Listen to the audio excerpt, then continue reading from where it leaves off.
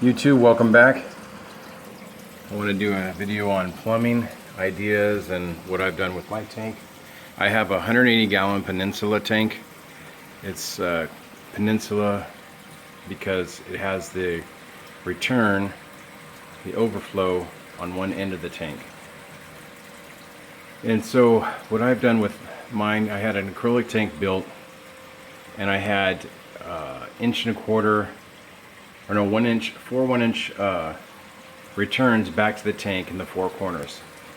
That's just how I wanted to set up. It's the top of the tank has zero bracing, but it's pretty much open through the top so the light can penetrate everything.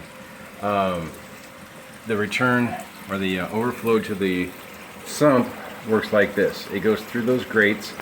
The reason I put those grates on there because the holes that I needed would suck in smaller fish, and so the grates kind of stop the smaller fish from getting sucked in. The tank or the pump cycles are like 2,700 gallons an hour, but to the tank there's not that much. I have a return pump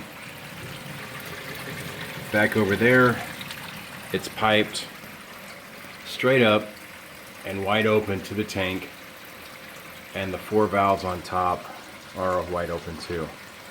I valved everything off so you can adjust the flow to different areas. Like the red one here goes across and goes to my bulk resupply carbon and GFO reactor. Currently I don't have any GFO in there because my phosphates have been low for several months, and I mean low as in 0 phosphates.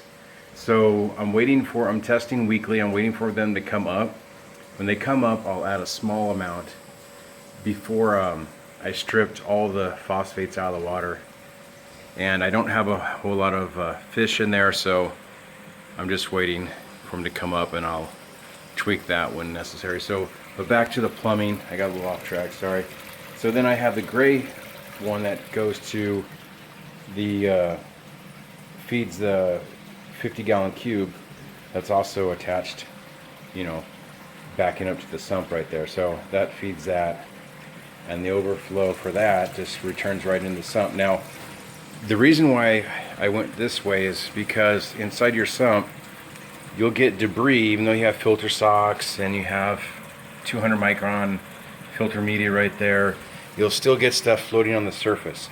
That breaks up the surface, agitates the surface of the water's at the sump pretty close to the return pump. So it breaks it up there, puts it back underwater, and eventually that return pump will pick it up, or the skimmer on this side will pick it up. And so it works pretty well like that kind of a setup.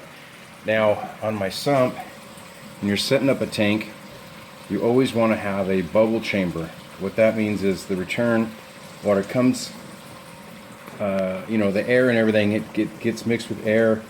As you can see, you're always going to have bubbles. You want these bubbles to pop before they go into your sump, and your pumps pick them up and it returns it back to your fish tank, because then your fish tank will be cloudy. So you want to have one of those. You want to have something like a filter sock, which, you know, it's a pain to clean them all the time. So I put that filter pad right there. It's cut short because I don't want it to build up a bunch of water on this tray. If it did, it would overflow that ledge there on the left and not come out of the tank. But I don't want to do that because it's so large. There, you could hold, you know, a half gallon of water right there, and then that will mess with this float and my auto top off, and which changes the salinity of the tank. So that's why I have the pad cut a little bit short right there. I do have videos on all this. It just, I've noticed YouTubers don't go to your past videos, so I'm just kind of doing another plumbing video. I do have several videos of when I actually built it, so if you want to go back and check those, it's more in detail. But I'm just doing an overall how my system's plumbed and kind of how it works for people who are just setting up tanks. Now I have this all in the garage, and I have it piped over to here, which is my, again, my carbon reactor. The reason I did that is I can change it real quick. I didn't want it in my sump, so I have it external right here. I can change that carbon out within 10 minutes. New carbon in there. On the back side, I have a way to flush it, which I'll show you just really quick. It's a series of valves. So if you close the two valves in the back that are closed, if you open those, it will go to the hoses down here, and I could put that flow water and flush the carbon or flush the GFO, the dust off, and go into a bucket instead of returning back to the tank. I close those and the water goes down here and out that way to the tank. And also my chiller is plumbed in there as well. So go back over here. I put all my controls underneath, and I hooked up a electrical switch box where I can turn everything off really quick, even though I have a controller. And so that makes it kind of easy. So when I built this tank, I built it for everything to be easy. So when I want to feed the fish, I just hit the feed on my controller right there for the reef octopus, and I can hit the button for my controller right there for the wave line, and that cuts off all the pumps which would take the food out of the water. And I do have a quarantine tank set up finally. I do recommend having a small quarantine tank.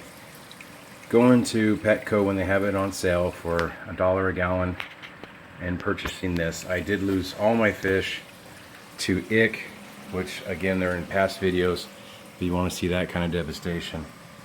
So this kind of piping, it's set up pretty nice. I do like it. There's two more things I want to cover real quick before the video's over. Right there that is my water change drain. So what that'll do is right over that valve, when I open that valve, the pipe goes right to my utility sink.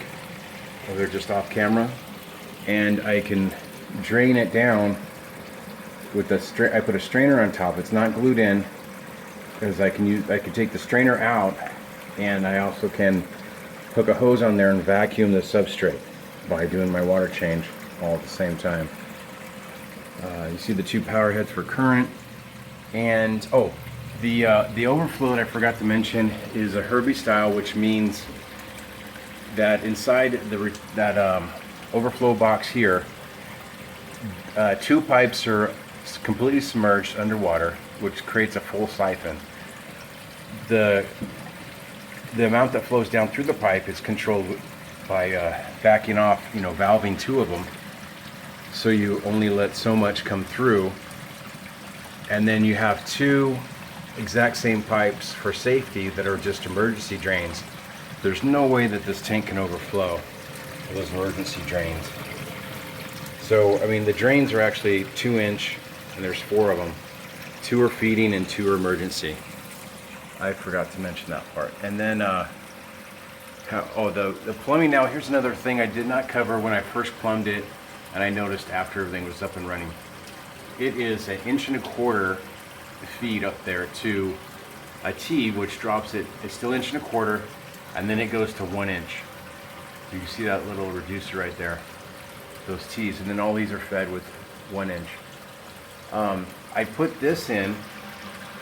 I seen on another reefer's video, and what that was going to do was going to have a check valve reversed, so when the pumps were off, it would allow water it would open, and the water would suck in air, so the pumps wouldn't keep siphoning, because the supplies are below the surface. If you don't, you're going to inject water into your tank. I mean, not water, air, like air bubbles, and it gets it gets a lot of air trapped in there and sucks it down in through there. So that's why they're below the surface. So you want to have your returns below the surface. I do have enough space, so let's say the pumps are off or a power failure. I do have enough space in my sump to handle the amount that it does pull below that. So you could measure your tank, the length times width, and then the length or the depth that is. So let's just say that's 1 inch. So my tank's, you know, 60 by 30 by an inch. That'll tell you how much water will be sucked down. And then if you have enough space here, you don't have to worry about it. But otherwise, you'll have to worry about if a power goes out, your sump overflowing, because it'll continue to drain until those pipes draw in air. But other than that, I'm getting a little long-winded on just plumbing basics to give people an idea who are just starting out or building tanks. And not that I'm a professional tank builder. I had all this stuff made for me. I just had ideas that I got from other YouTubers, and that's what we do in this roofing community. We just give each other ideas. You know, you go with what kind of system you can do, and that's it. But so here's the overall tank. I do have some corals. I have just 2 fish. Like I was saying, everything else died.